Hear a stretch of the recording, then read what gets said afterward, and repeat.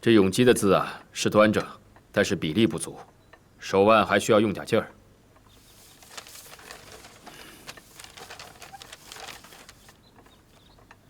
这永言刚习字能写成这样已算不错，但还得加紧练习。是啊，永言在臣妾宫中也常习字，每日读书习字完毕，就和永玲和景云相伴。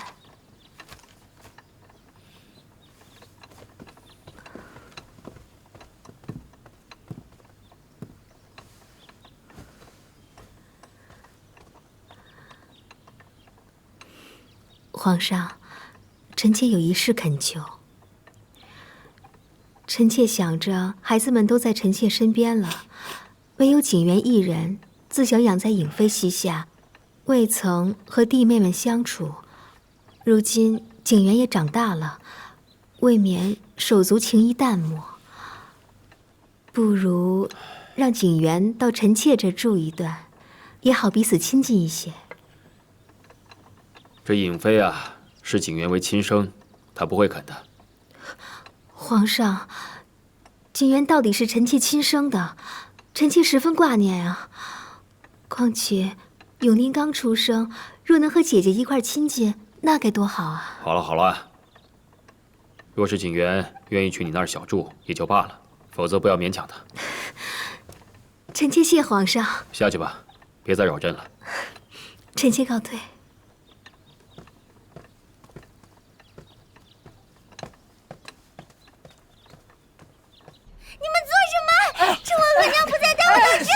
你别跟我了！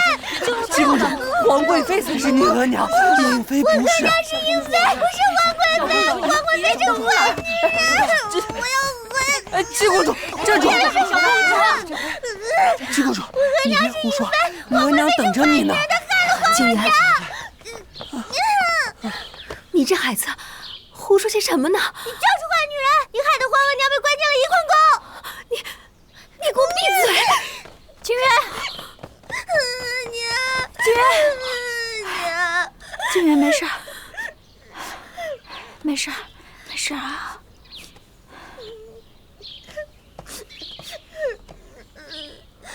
景元他说的没错，翊坤宫娘娘就是被你陷害的。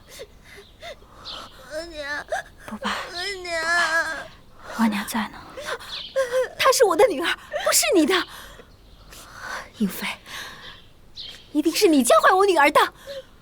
景元他能分辨得出是非，他的确不喜欢你。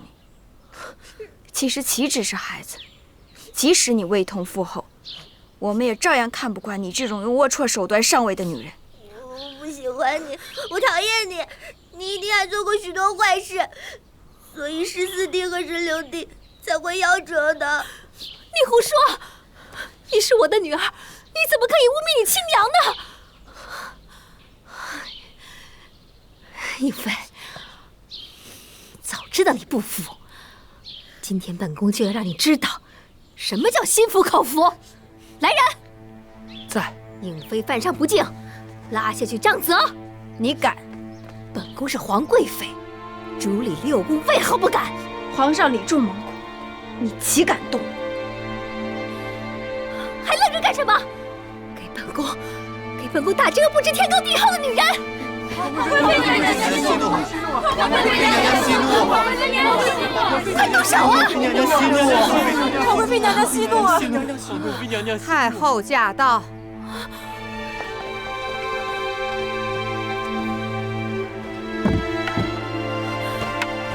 太后晚安。这是做什么？哀家刚从安华殿给永琪诵经超度回来，一路就听得你们喧闹。臣妾知错。起来吧。当皇贵妃日子也不短了，还不能让嫔妃心服？颖妃啊，你位分低些，也该懂得尊卑上下。太后恕罪，原是臣妾见景元大哭，心疼不已，情急之下才犯上的。皇祖母，皇贵妃掐景元，景元好痛。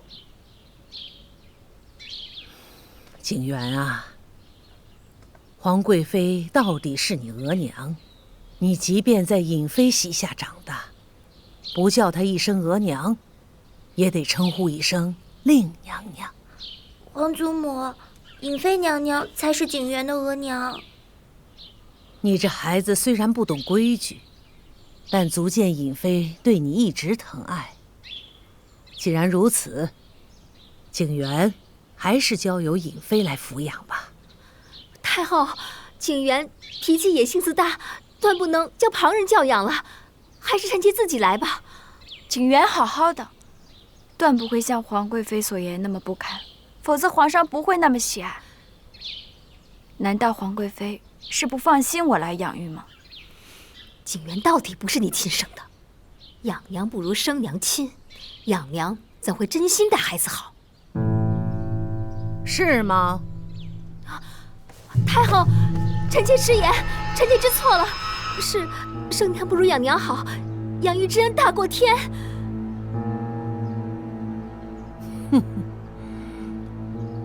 什么生养养娘的，哀家没你心思多。孩子是谁养大的，愿意跟着谁，那就是谁的孩子。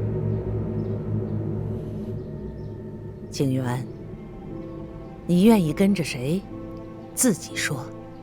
皇祖母，景元跟着额娘。额娘真没白疼你。皇祖母，景元生病是额娘喂药，天寒是额娘添衣，额娘最疼景元了。景元懂事。你看看你自己的言行，配不配做这孩子的额娘？臣妾知错。尹妃啊，好好看顾着景元。你记住了，孩子和谁最亲，谁就是他的亲额娘。谢太后。真闹了这么一出。皇贵妃突然带走了7公主，蒙古嫔妃本来就不满皇贵妃，这就闹了起来。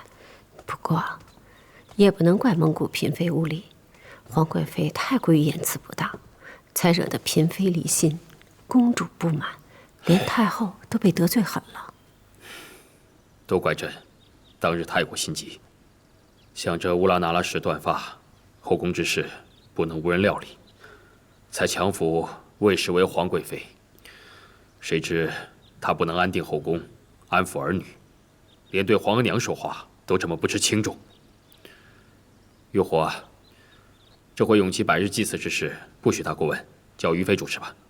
是，皇上，那懿坤宫娘娘请求为荣亲王百日祭祀、敬香守灵之事，您可允准了？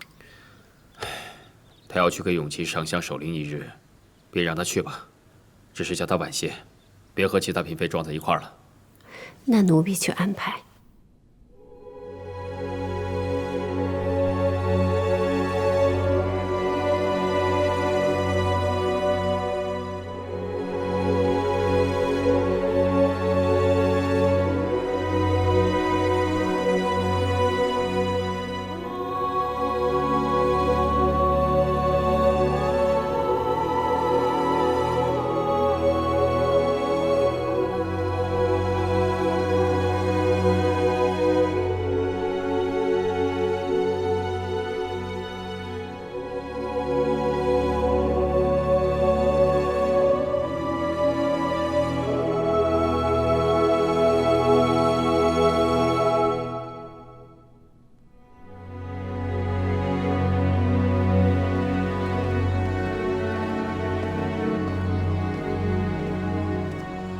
何见公主？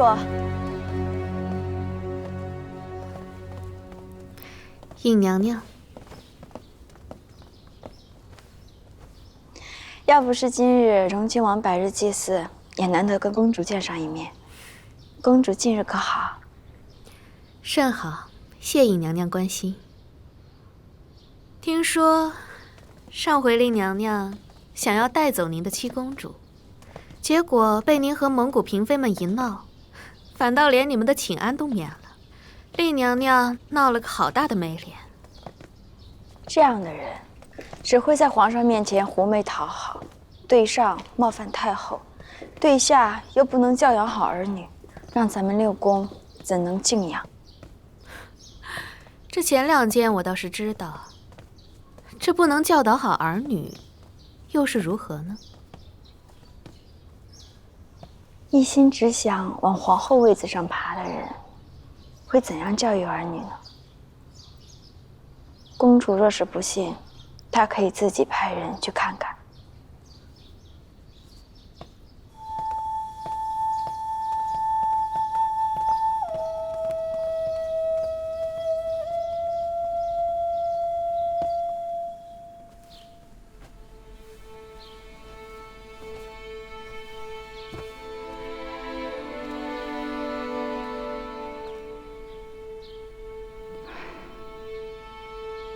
娘娘，时候差不多，咱们该动身了。你去拿药。是。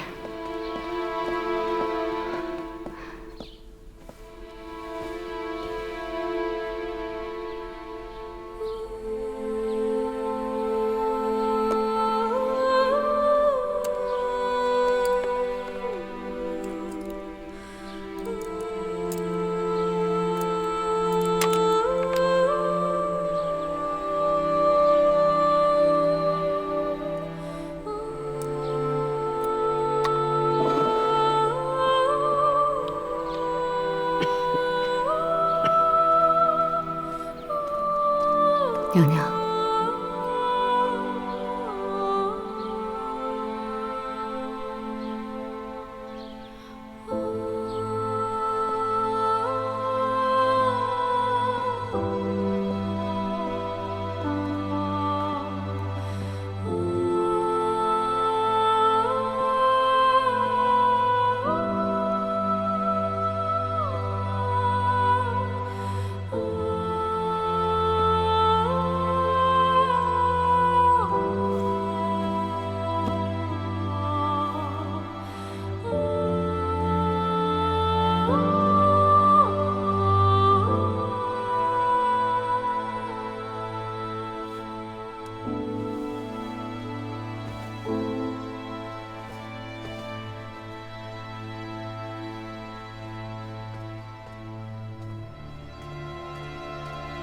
永琪，你一定要保佑咱们一切顺遂，明你冤屈，还你皇额娘清白。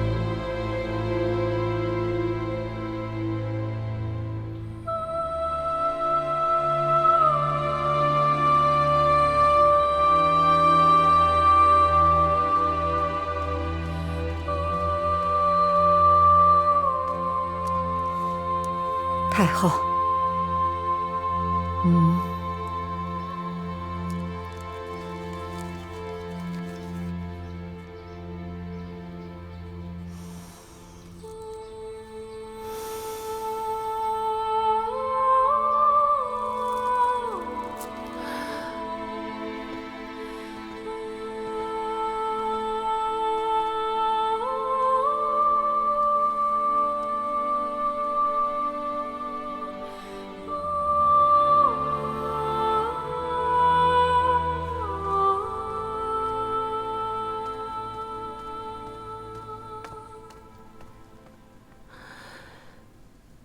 永琪是个好孩子。当年永琪在慈宁宫，总是陪着哀家抄佛经。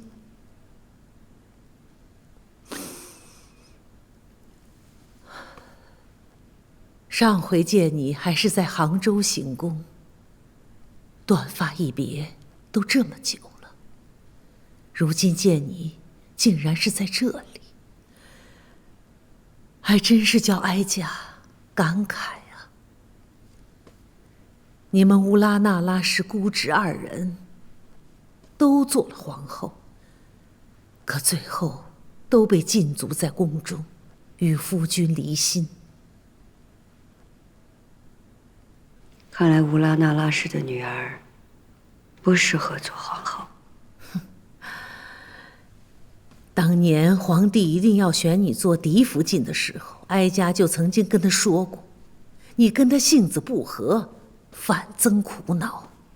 皇额娘有先见之明，就算哀家有先见之明，而如今真看不懂，你这独心二字是什么意思？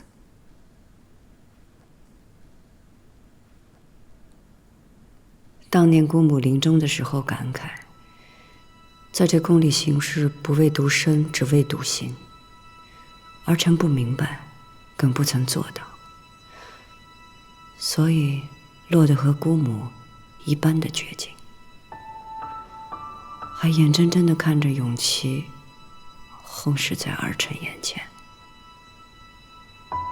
哀家知道，永琪走了，你心里自然不好受。皇额娘，儿臣是个无用之人，为皇后的时候就保不住景嗣和永景，如今永琪走了，只剩下永基，可是儿臣又被禁足在翊坤宫，册宝也被拿走了，实在不知道如何保护自己的儿子，还请皇额娘能够成全，保住永基，保住爱新觉罗氏和乌拉那拉氏唯一的一丝血脉。保住？你这话什么意思？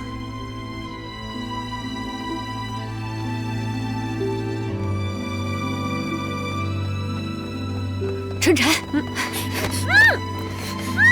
回去收拾。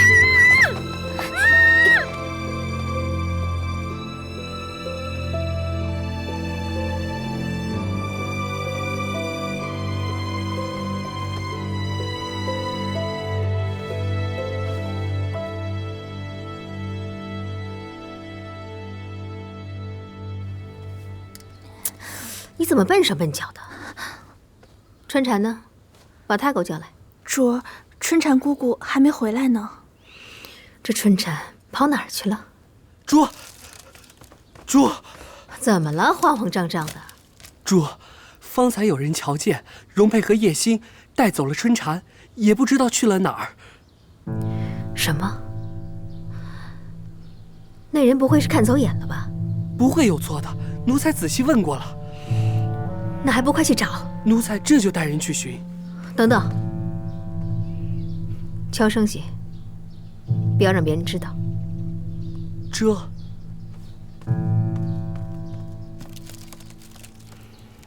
下去吧。是。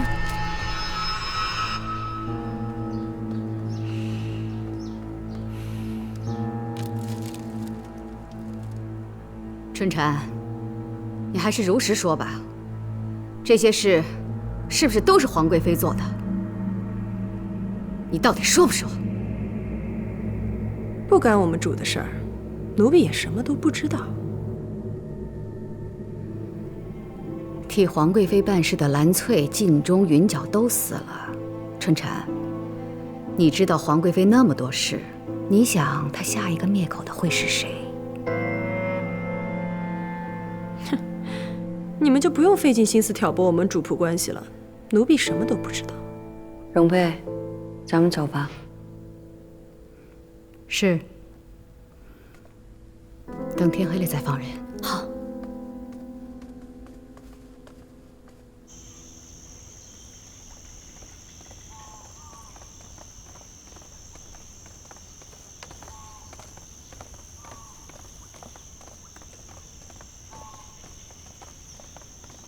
停！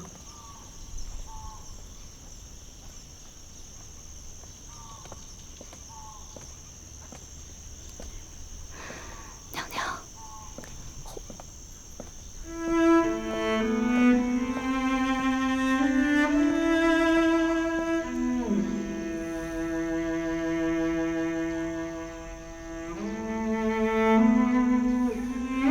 走吧。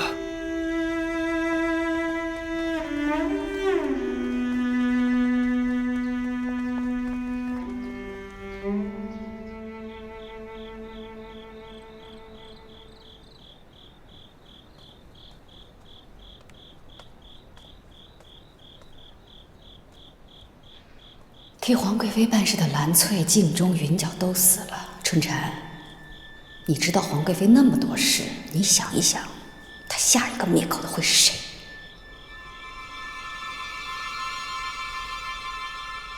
主，奴才无能，找遍了也没找到春蝉，除了安华殿，那里有荣亲王的百日祭祀，奴才也不敢贸然去寻了。没用的东西，滚出去！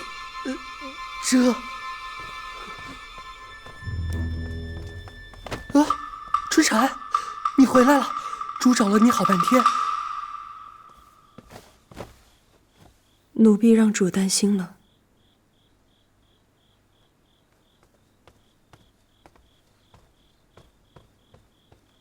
起来吧，跟丢了魂儿似的。多谢主。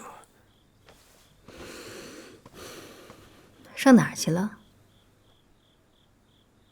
奴婢也不知怎么，就被容佩和叶星带到了安华殿，扣了半日。翊坤宫娘娘也在，他们一直逼问奴婢，可是奴婢什么都没说。他问了你什么？翊坤宫娘娘问的，无非是她最疑心的那些事儿。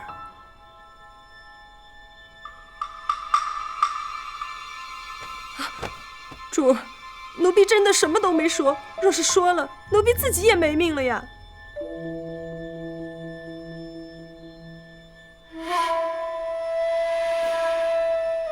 好了，本宫自然信你。时候不早了，你也回去歇息吧。是。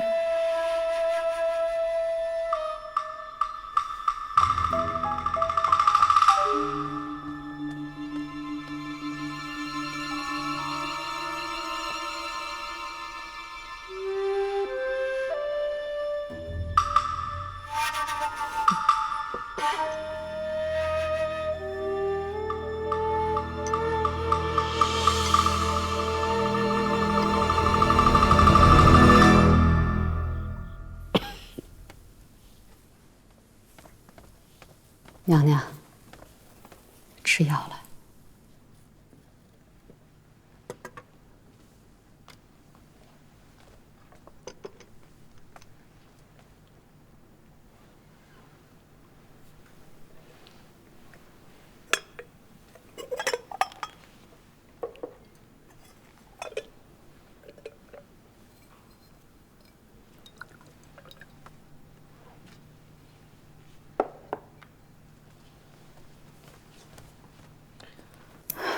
娘娘，今儿你劳累一天了，实在是太劳心了，不如早些歇息吧。我不累。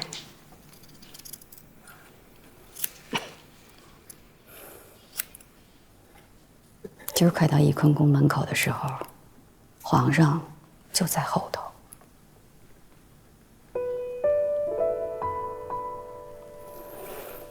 您其实都知道，就是不肯回头。相见不如不见吧。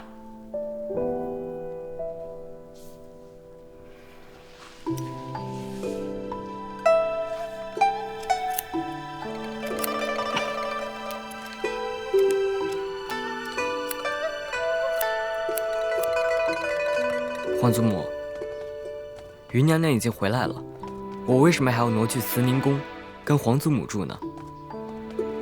你呀，就安安稳稳跟皇祖母住上一段啊，咱们祖孙俩在一块儿啊。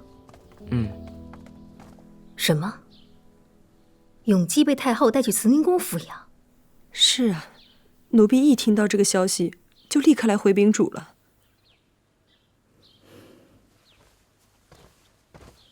他们不会是察觉到什么了吧？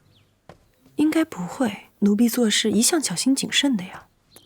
但是好好的，太后为何要从协芳殿接入永基呢？这个奴婢也不知道啊。或许是因为太后可怜12阿哥吧。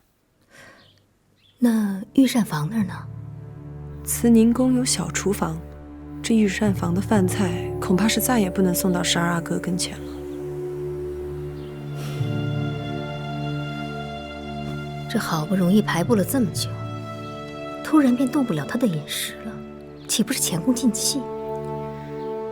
这东西本是天长日久才起效用的，如今突然被打断，自然是乱了您的安排。不过想来太后年迈，自然也照顾不了12阿哥太久，咱们还是有机会的。把本宫的护甲拿来。是。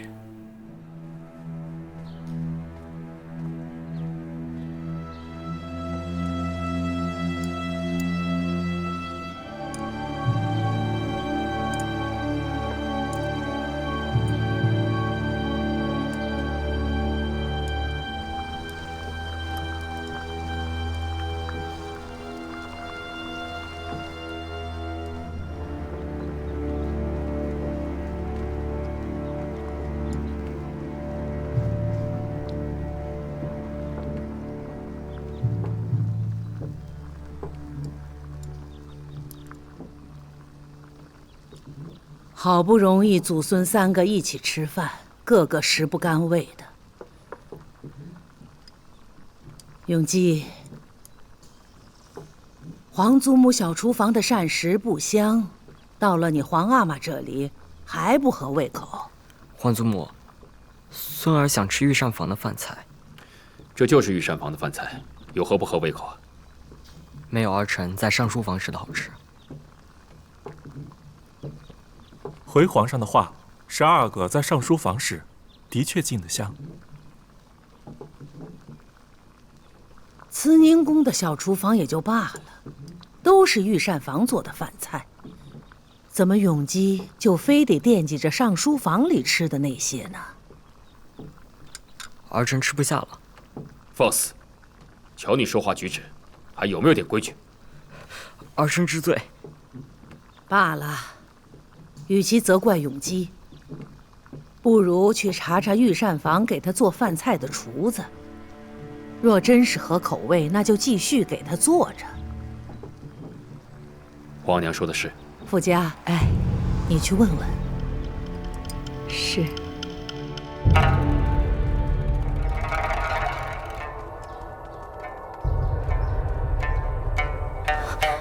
太后为什么要查御膳房，还惊动了皇上？奴婢也不知，只听说是12阿哥非要这御膳房做的饭菜，不满慈宁宫现在的饮食，才会让太后起疑心。哦，那日又碰巧是太后带着12阿哥一起去养心殿用膳，就连着皇上也知道了。你不是说那个东西下到饮食里，多了会产生幻象，少则慢慢损伤5脏6腑？为何12阿哥吃了会总念想？奴婢没有亲身试过这个，更不知道此物吃多了会上瘾啊！混账！你是故意要害死本宫？奴婢怎敢？太后就算要查，也查不出什么来的。那野蕈原本就是作为配菜放进去的，主大可放心啊！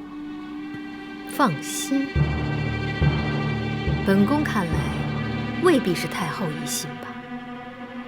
你是不是在安华殿说了什么，才让太后带走了永基，还如此防范？奴婢对天发誓，奴婢对主忠心耿耿，从来没有说过什么。主明鉴，奴婢真的什么都没有说过，更不知道皇上和太后为何会突然提起此事。奴婢。主，15阿哥快下学了，您看要不要去接他？你去给我盯紧了御膳房那个伺候12阿哥饮食的人。过了这段时日，打发他出宫了断干净。若再生事，本宫饶不了你。是。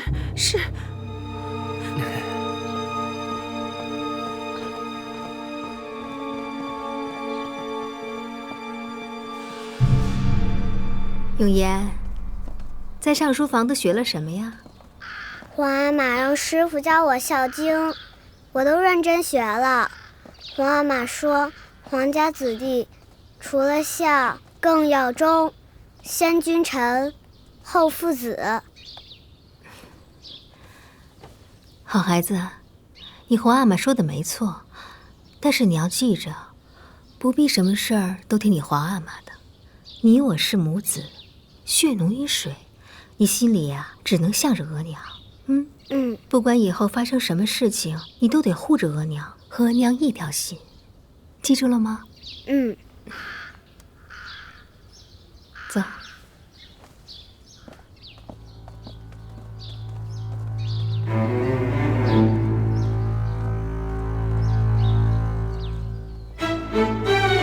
真的？千真万确。听您的吩咐，小德子近来总盯着皇贵妃那儿，他亲耳听见的。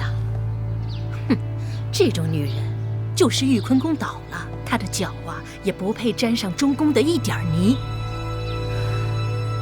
看来，颖妃他们说的都是真的。皇贵妃，真是这么教导永言的？儿臣不敢欺瞒皇阿玛，永言还小，留在这样的生母身边，太容易被影响。近朱者赤自然好，就怕会近墨者黑。景色，有些话朕也只能和你说说了。自从永琪薨逝后，皇姑宫中能继承皇位的皇子，只有永基，还有永言。这永基啊，虽然年纪长些，但经历了风波，性子别扭。如今给你皇祖母养着，也不知这性子能不能改过来。这永言吧，虽然机灵，但年纪尚小，未来如何也不好说。就是永言年纪小，如同一张白纸，可以任意描画，如今竟被生母教导着不与君父一心，实在令人担忧啊。咱们爱新觉罗家的皇子，岂能容这样的生母教养着？玉壶啊，奴婢在。你和金宝去永寿宫，将永龄交给颖妃养着。这景云呢，就留给客嫔。至于永言嘛，就送去寿康宫，给太妃们细心教养着。是。皇阿玛，皇阿玛，是否龙体不适？朕没事。皇阿玛，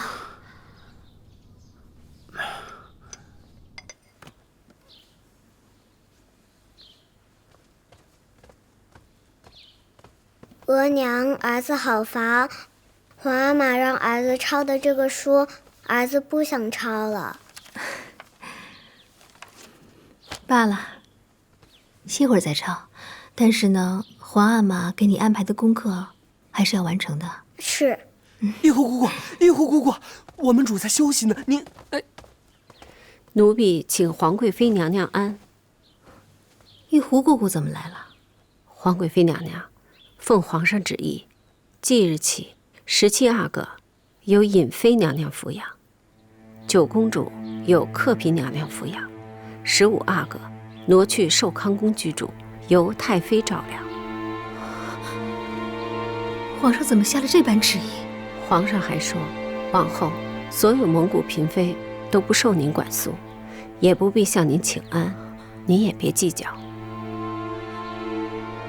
那本宫还算什么皇贵妃？您自然还是皇上亲封的皇贵妃。那永言能不能留下？他从小是在本宫身边长大的。皇贵妃娘娘，奴婢只能说一句：您都教了15阿哥些什么呀？皇上知道了，如何还能把他留在您身边？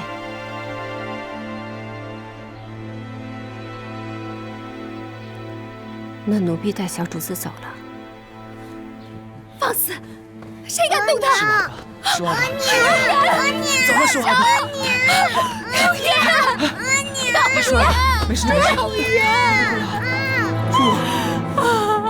主，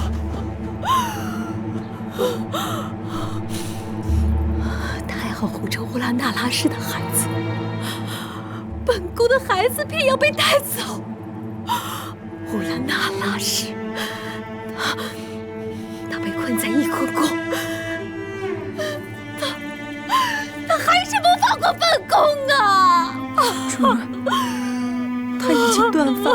族又被夺了策宝，他已经什么都不是。你这个贱婢！你这个吃里扒外的东西！你听谁说的？没有，奴婢没有，奴婢一心为主，怎么会吃里扒外呢？看着我，你再说一遍啊！这些变故都是从你去了安华殿见到乌拉那拉时开始的。你背叛本宫，你敢背叛本宫！玉公公娘娘着实掳了奴婢去，可奴婢什么都没有说，奴婢一心对主，什么都没有说呀。主息怒，主，春蝉最忠心，断不会背叛主。主，皇上的命令不可违抗，您万不能生气。这要是皇上知道了，怪罪下来，咱们又担待不起。主息怒，主息怒，主息怒！我的永远，我的永远。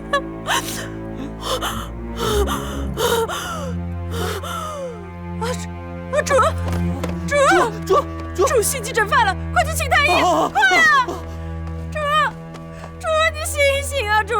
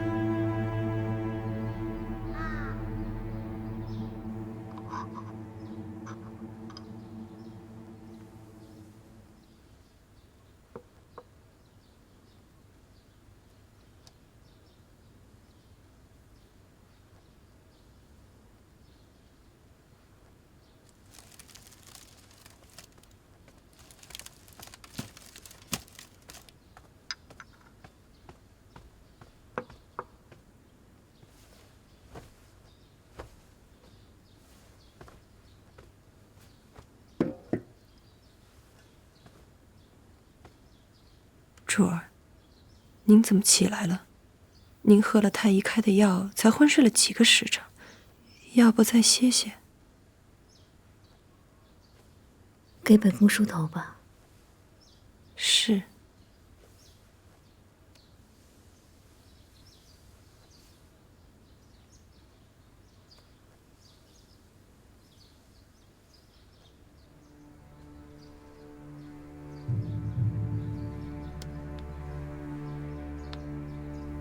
春蝉，本宫昨日一时糊涂，下了重手，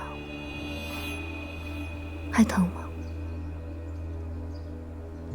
不疼，奴婢没事了，劳主挂心。但本宫从来没有打过你啊。奴婢知道。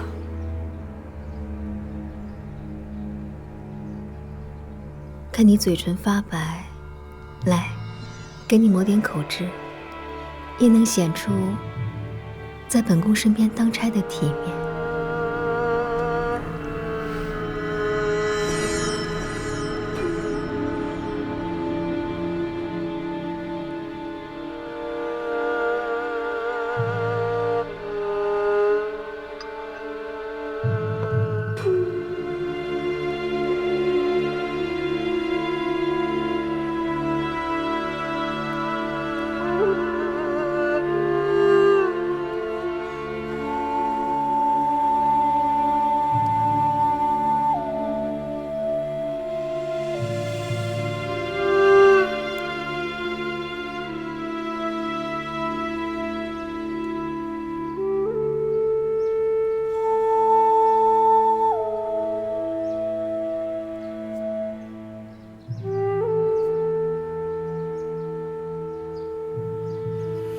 真好看。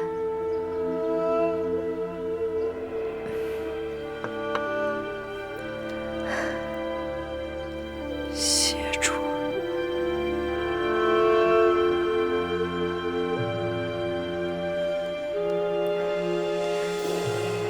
对了，很久没给额娘上坟了。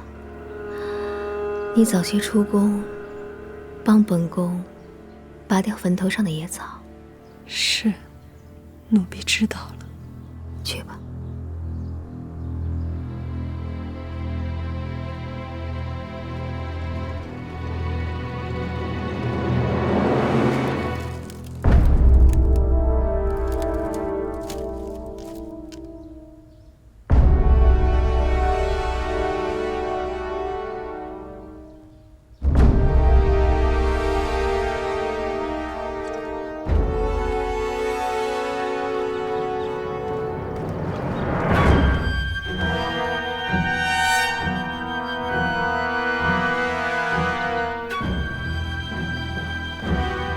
春蝉看似要出宫，快通知姜太医跟着。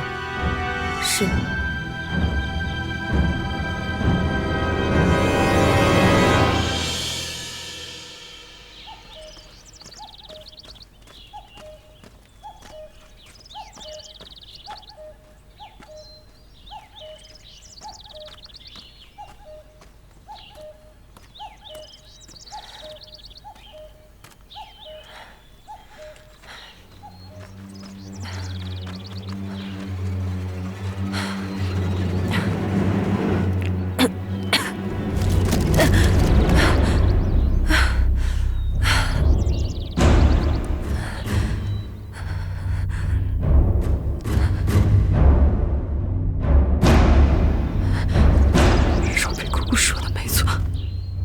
果然要害我！春蝉，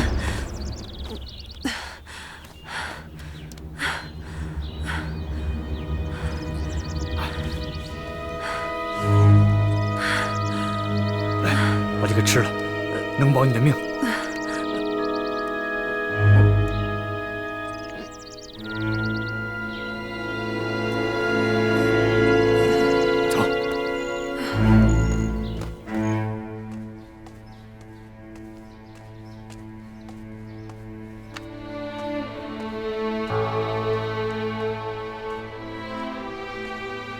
王公公，于妃娘娘，起来吧，可要当心眼前的路啊！本宫是要来告诉你一声，春蝉死了。您怎么知道？于妃娘娘，这活要见人，死要见尸的，您不能这么乱说吧？王公公整日跟杀人凶手在一块儿，应该比本宫还要清楚，这春蝉是死是活，还有她为何而死。本宫记得呢，这一路上伺候皇贵妃过来的，兰翠死了，春蝉也死了，还有敬忠呢。如今只剩下王公公一个人了，本宫是要来提醒王公公惜命啊！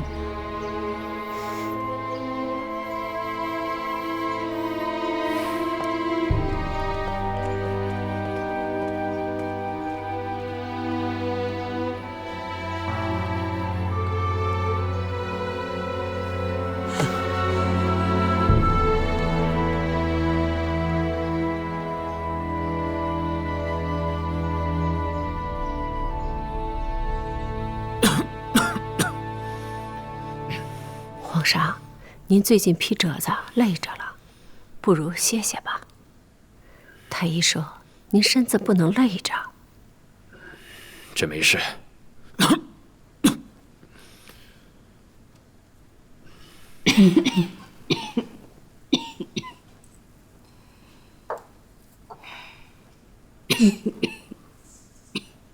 没事。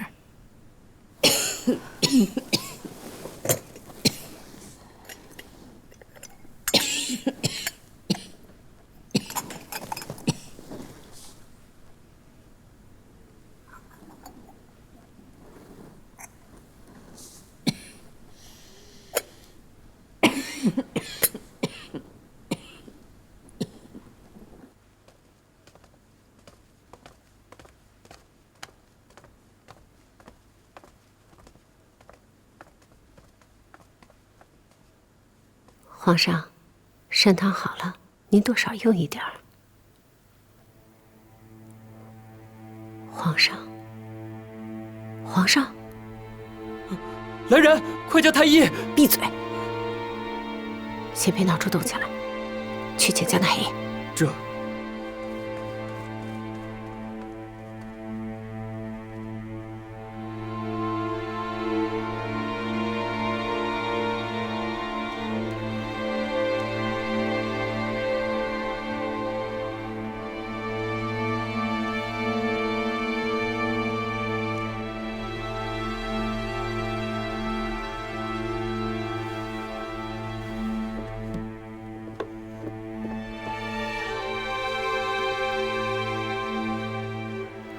江太医，这皇上吃了那么多药，怎么还不见好啊？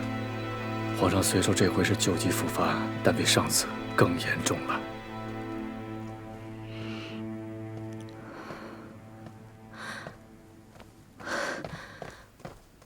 微臣给皇贵妃娘娘请安。皇上圣功如何呀？回皇贵妃娘娘，皇上劳累过甚，伤统荣亲王薨逝时落下的病根又发作了。既然是旧病复发，那严重吗？皇上这回的病情是又急又凶，气血直冲百会，险之又险。微臣要回太医院，召集所有太医一同会诊。竟然如此严重。是，皇上一直昏迷不醒，还需静养。玉壶姑姑，皇上这个样子，你先去禀报太后，等太后的意思再定夺，切莫声张旁人。是。那微臣也告退了。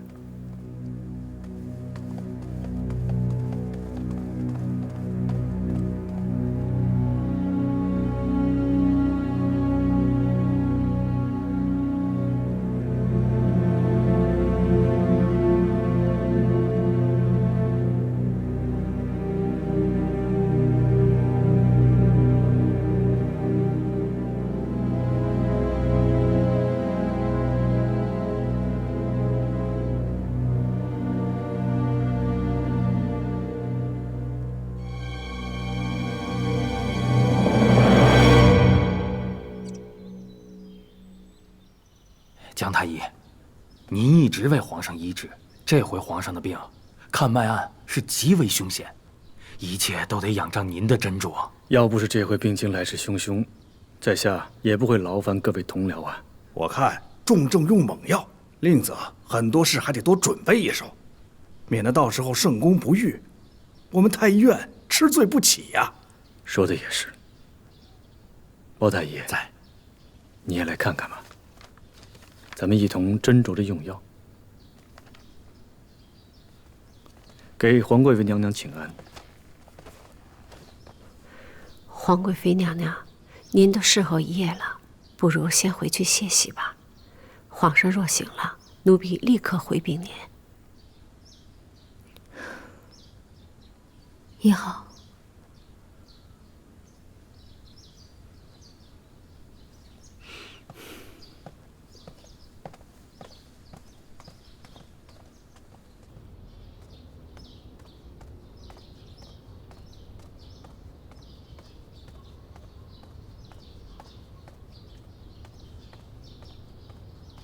包太医，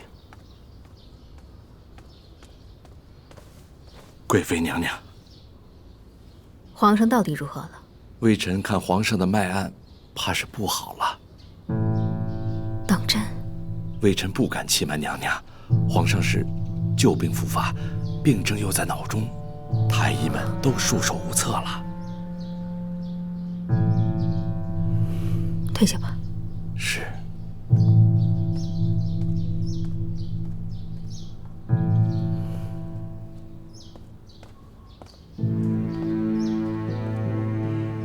主，若皇上的病真如包太医所说这么严重，可皇上正当盛年。主，您忘了，当年先帝也正是皇上这个年纪突犯急症，驾崩的。已然是现在这个样子了，咱们是不是应该先预备起来？莫等真有什么事发生，咱们束手无策呀。先帝驾崩的时候，为着到底没有废除景荣宫娘娘，那尊封母后皇太后之称闹得多厉害呀！要不是景荣宫娘娘膝下无子，如今的太后又怎能稳坐慈宁宫的宝座？可是翊坤宫娘娘不一样，她可是有孩子的，而且她的孩子比咱们15阿哥还要年长，您不得不准备呀。好，本宫知道了。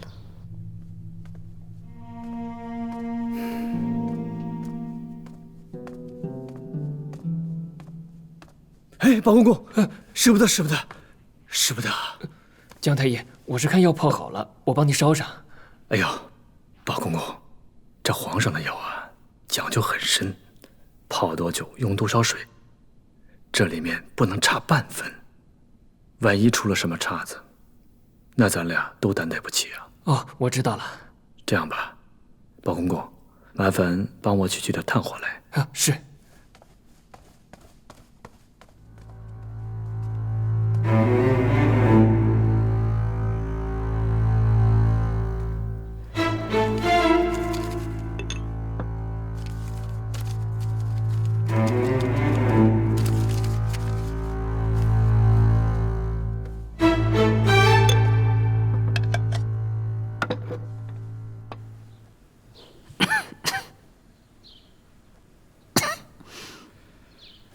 皇后娘娘，微臣给您开的药，可一定要按时吃，一次都不能落下。我知道你已经加重了药的量，我会撑住的，你不用担心。皇上那儿如何了？啊，皇上病下后，一直有微臣随侍，从诊脉、开药、抓药到熬药，都只有微臣一人，绝无旁人经手。皇贵妃娘娘那儿已经开始担心皇上的病情了，还常向包太医打听皇上的病情。可包太医他们所看到的，都是微臣准备下的脉案。现在后宫由太后主持，娘娘您放心。皇上那边，你有把握吗？皇后娘娘，微臣的医术您是知道的，所有的一切都在微臣的把控之中，绝不会出岔。那有劳你了。这都是微臣应该做的。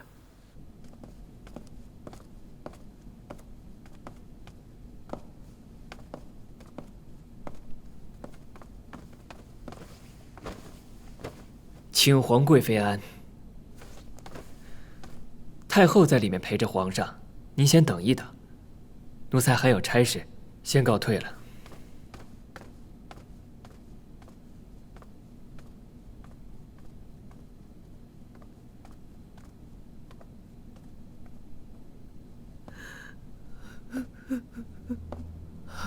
哀家都这把年纪了，难道又要白发人送黑发人吗？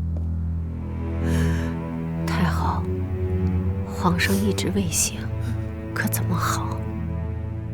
皇帝病症如此凶险，务必秘而不宣，免得前朝引起波动。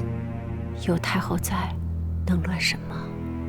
永琪薨逝之后，这储位一直就虚悬着。正大光明和养心殿、寝殿的密盒里，也不知道写着哪位皇子的名字。如果有新帝继位，怕是会有变故。能有什么变故？无论立嫡、立长，12阿哥都在您的慈宁宫里。只要密盒里写的不是永琰的名字，或者什么名字都没有，那就好办。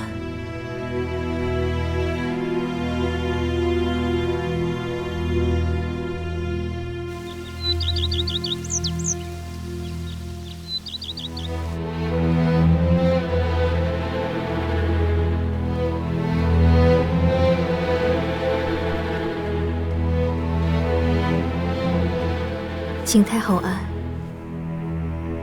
好好伺候着，进去吧。是。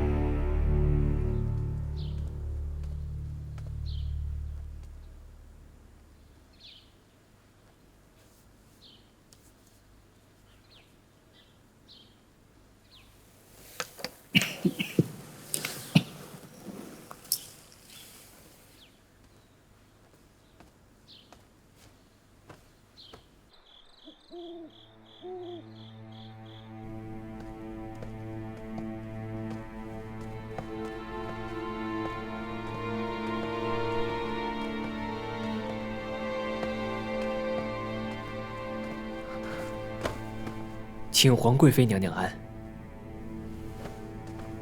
今夜是婉嫔娘娘事迹，您怎么来了？婉嫔她累了，让她回去休息。本宫自会释放皇上。这。